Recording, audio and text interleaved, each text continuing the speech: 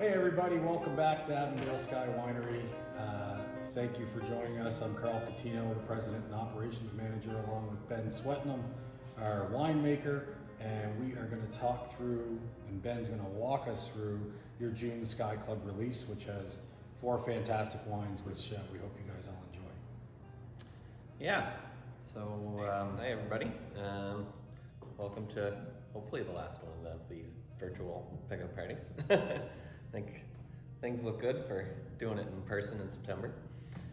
So yeah, we got a good lineup here, a nice mix of dry to sweet, all white wines, good, nice refreshing bottles for the heat that we're starting to see.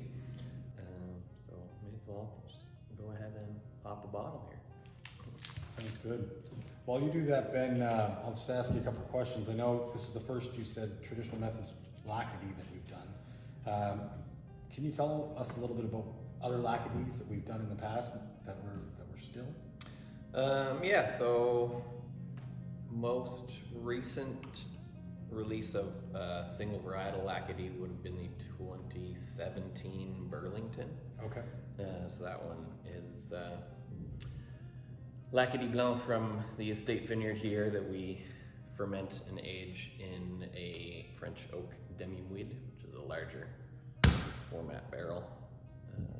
And we've also had the Stubborn Head, which was a barrique fermented and aged Lacadie Blanc. And then way back, going back I think as far as about 2011 vintage, we had the Somerville, which was an unoaked, slightly off-dry Lacadie. Okay. But since then we've needed all the Lacadie for our blends like Tidal Bay and Tenny Cape and Nirvana, so hasn't been much left over to do on its own. Yeah.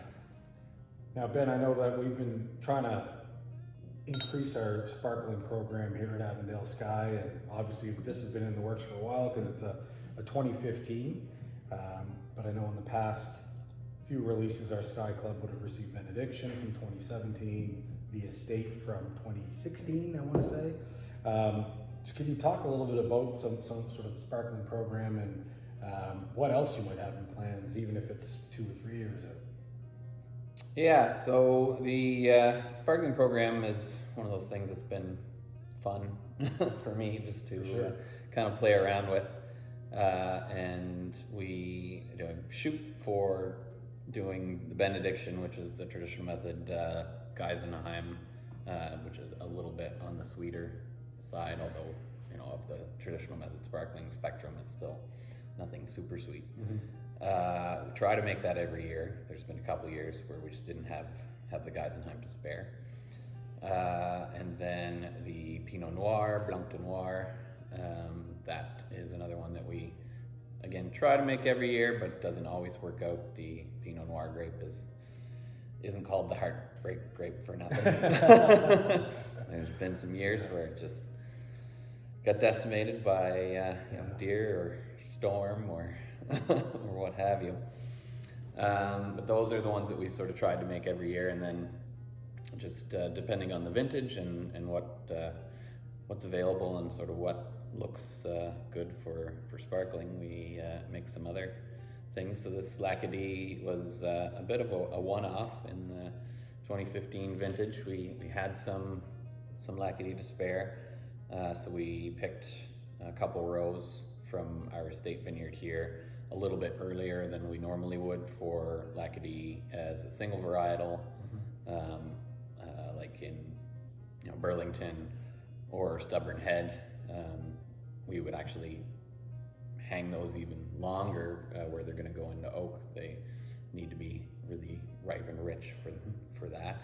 But for the sparkling, you want more of that, kind of zippy, zingy, citrus kind of character and stone fruit.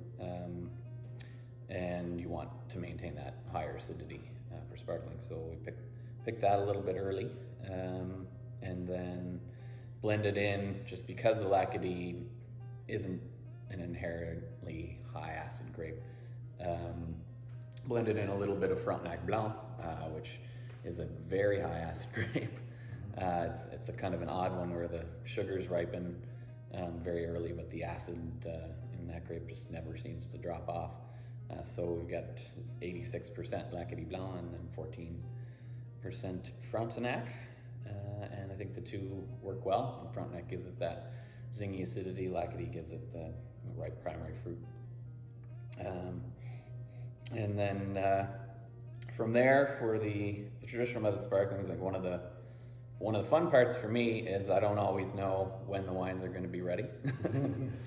So this one, just every 6 months or so after a year in bottle, I'll toss a couple on the riddling racks and disgorge them just to get an idea of where the wine is as far as its evolution with the contact of lees and the autolysis. Like some wines I like to keep them a little more fresh and fruity, and some I like to really get that tertiary aged character.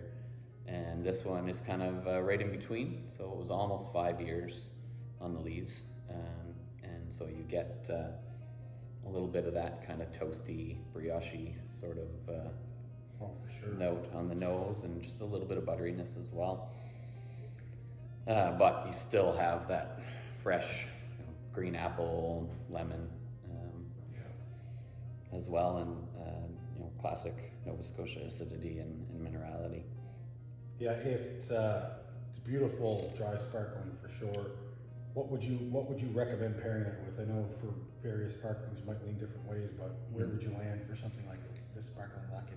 Yeah, so this Lac-Qui is really one of those like classic examples where I would say kind of stick to the classic pairings for traditional method sparkling. So things like oysters on the half shell, caviar, or any type of crudo or ceviche. Okay. Anything in the seafood realm, but especially like shellfish, olives, that kind of thing. And would in your estimation, would this pair better with that than even like benediction? Yes, I would say like this, like, nothing better than just some oysters on the half shell and this Lac-Qui. Awesome. They're definitely meant for each other. Perfect. So for the seafood lovers out there, a couple of these will probably pair well with seafood, but the sparkling Lac-Qui would be one if you are having any patio drinks and barbecues or seafood this year. We're on our patio as well, which we're excited to open Friday, June 11th. So come out and try the sparkling Lac-Qui, or certainly enjoy it in your kit. It's great, man. Thanks. And next up, we have our Tidal Bay. 2020 Tidal Bay. So, as I mentioned before, it was a really great vintage to work with. This year, we ended up getting a fair bit of Frontenac Blanc from a grower further down in the valley. So that ended up in the Tidal Bay blend, as well as many of the usual suspects, Lac-Qui Blanc, Geisenheim, Vidal. And there's also a little bit of Osceola Muscat, which we have planted some, but hasn't cropped yet here. So we got from another grower down in the valley. And so Ben, for those members or other guests that have tried our Tidal Bay and love what you do with our Tidal Bay, can you explain a little bit about what might be different besides maybe that Frontenac Blanc and maybe the Muscat this year? Yeah, so I mean, I think, I hope that you'll still find it pretty similar to the way our Tidal Bay blend shakes out every year. That the Frontenac component kind of gave it the acidity that might have been lacking with the really ripe Lac-Qui Blanc, and it gives it a little bit of a floral note, which maybe is a little bit different from previous years. But I think it's subtle and just integrates well with the blend. And Osceola Muscat, I think in 2015 we had a little bit in the blend. It's not a very muscatty Muscat, in the sense like New York Muscat is really, really potent, and even a little bit in a blend will be very noticeable. But with the Osceola, it's more on the fruit forward side of Muscat, less on the really intense aromatic and floral and perfumey. So it just gives it just some nice ripe fruit. Or a little bit of a taste. Sure. In your, you've making Tidal Bay for over a decade. How does this rank in your palate spectrum of what work you've put in and how it tastes to you? I mean, I'm really happy with how it came out this year. I think definitely one of the best vintages. I don't know. I think I say that every year. It's good to be getting better and better every year, though. That's a good thing. Hopefully, I'm not a liar. And Oh, it hopefully, smells that people enjoy it. It's really nicely balanced this year. There's some nice ripe fruit, some interesting mineral and floral notes, and while it's got that classic Tidal Bay zippy acidity, it's also got a nice kind of richness to it from those ripe grapes, and just a little bit of residual sugar like almost all the Tidal Bays have, just to round it out. Yeah, very good. For the Tidal Bay lovers, you will not be disappointed. Great job. Yeah. I know we talk about Tidal Bay every year and the various things to compare with, which is just about everything. Yeah. But the one I love that Ben always says is the chicken wings. Yeah. Because you don't think chicken wings and wine, you think chicken wings and beer, or chicken wings and pop, maybe. How did you ever stumble over that? Was it just that's what you had cold in the fridge, or? That one came about a few years back, really kind of by accident. It was Super Bowl, and we were eating a bunch of spicy breaded chicken wings, just, from the grocery store. Yeah. And happened to have some Tidal Bay open, and it's like, wow, It goes well. works really well. Yeah. And That's awesome. I was quite shocked, but pleasantly surprised. Yeah. So it's on us now to try and get onto these the wing nights and try and get them to get Tidal Bay on special at many restaurants and bars and patios across the province. But so if you are a chicken wing lover and you haven't tried it with Tidal Bay, make that on the to-do list somewhere in the summer of 2021. Thanks, Ben. Great Tidal Bay. Yeah, I'm happy with how that one turned out. And next up we have the 2020 Muscat, part of our select small lots. Excited to have this wine back after a few years hiatus. As many of you may recall, the 2018-2019 vintage were difficult ones in the vineyard, and the Muscat harvest, I think in 2018 we harvested 4 clusters of grapes from our acre and a half. And the year after that, I think we maybe got 200 kilograms, and all of that got used up in the Tenny Cape blend. So it's been a while since we've had enough fruit to actually do a Muscat on its own. And So in comparison, how much, you gave some numbers there in terms of tonnage and whatnot, how much muscat would we have had last year in the 2020 harvest? So last year we harvested, I think it was about 1.25 tons from our block of New York Muscat. It's a low cropping grape, even in the best of years. Yeah. But we did get a little bit here and there from some other growers, as well as the Osceola Muscat. So this, labeled as Muscat, is actually a blend of 2 different types of Muscat. So you've got Osceola Muscat in 2 different forms, one which was a bone dry ferment and one which was stalled out with the residual sweetness, and then the New York Muscat, which came from 3 different vineyards, mostly our estate stuff, and just a little handful from a couple other growers, both in the valley and on the South Shore. And that New York Muscat is what really, even though it's a little less than 1/3 of the blend, it's what really drives the aromatics in this wine. Just kind of overpowers the Osceola, but the Osceola gives it some body on the palate and some of that fruit forwardness. Absolutely. And of course a little bit of residual sugar from that stalled component of the Osceola. Well, I know since we took ownership in November 2019, we've had many inquiries about Muscat. And when's that coming back? Or can you make it again? Or do you have any left in the cellar? And it's great to see that we've got the quantity that we were able to make this year, because I know it's a very popular wine, and I think those who liked it before will love it again. Can you tell us a little bit about what you would pair Muscat with? So Muscat, I think because it's got that kind of aromatic component, it works well with things that have a little bit of like a spice to them. Mm-hmm. Any sort of like Thai, Okay. Chinese, Indian, anything that has a little bit of kick. Mm-hmm. Usually works really well. The only thing I will warn everyone about is Muscat and onions hate each other. So if you're looking for food pairings, just stay away from things that are heavy on the onions, because something about the sulfury compounds, I think, in the onions that just fights with that Muscat aromatic, and it can, the two combined gives almost a metallic kind of taste. Interesting.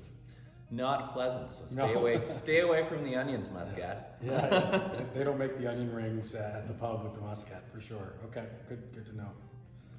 Awesome. Well, we're happy to definitely have Muscat back in the lineup, and hopefully you guys as the Sky Club members are happy to hear that as well, and I'm sure many of our other customers will be happy to see it on the shelves too. So. Yeah, and it's, certainly it tastes great now. A drink anytime wine, but the last time we had a similar blend with the Osceola and the New York was 2015, again, I think. And I had opened an older bottle sometime just last year, and it was still in really great shape. Great. So at least a 5-6 year shelf life, if not more. Yeah, great. Certainly one that if you don't want to pop it right away, you can stick it in the cellar and not worry about it. Awesome. And last but not least, the Drops of Amber with its flashy new label. It has finally graduated out of the Select Small Lots program, and realized with the acreage we have here and planting a little bit more in the next couple of years, that we will be able to make this most likely every single vintage. Yeah. So Select Small Lots can kind of come and go based on what we're getting from growers or what happens out in the vineyard here. The Drops of Amber is it's a pretty solid producer, early ripener, relatively heavy cropper. So I think we'll be making it, barring disaster, every year from now on. Yeah. Well, no, I'd say it was always a very popular wine, almost a cult following. There's lots of questions that come in through email or phone calls or social media of, are you making Drops of Amber again? When is it available? So we kind of made that decision as a group to say, well, if we can make it every year and we feel comfortable that it's going to grow every year, let's get its own label. So kind of a fun, funky label that kind of speaks to a fair or a festival of sorts. Has some sort of pretty colors, but that cotton candy sky is where we were trying to land, which you could speak to the tasting of it, but most people will say it's so sweet it almost tastes like you're having cotton candy. So I think this is no mistake here. It's bang on. Yeah, and it is really something fairly unique to this variety, that it has that kind of candied fruit character to the grape. It's got that cherry strawberry, but definitely like that kind of cotton candy feel, and more almost like maraschino cherry as opposed to like a ripe cherry. That's what inspired the graphic on the label there. For sure. Yeah, we've got a little bit of the cotton candy skies and sort of the, I don't know if you call it a festival or a fair on the label, almost to get you in the mindset of what you're about to taste that might have that cotton candy hint to it. So, having a little fun with the labels, but hopefully the wine proves itself anyway.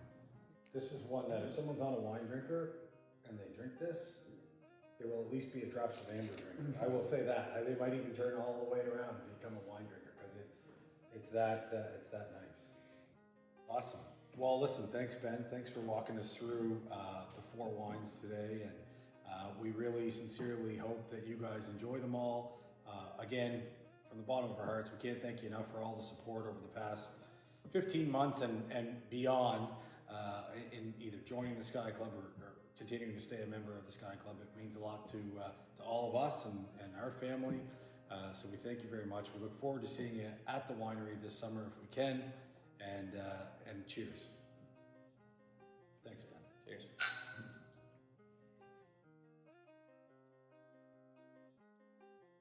And the Osceola Muscat, a heavier cropper, a little bit more acidity.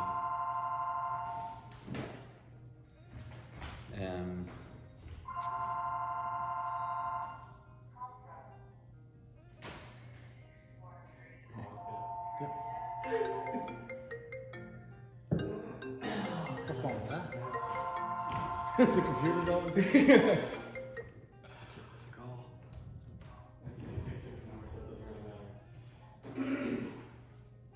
I was wondering if we'd get through that without a phone call.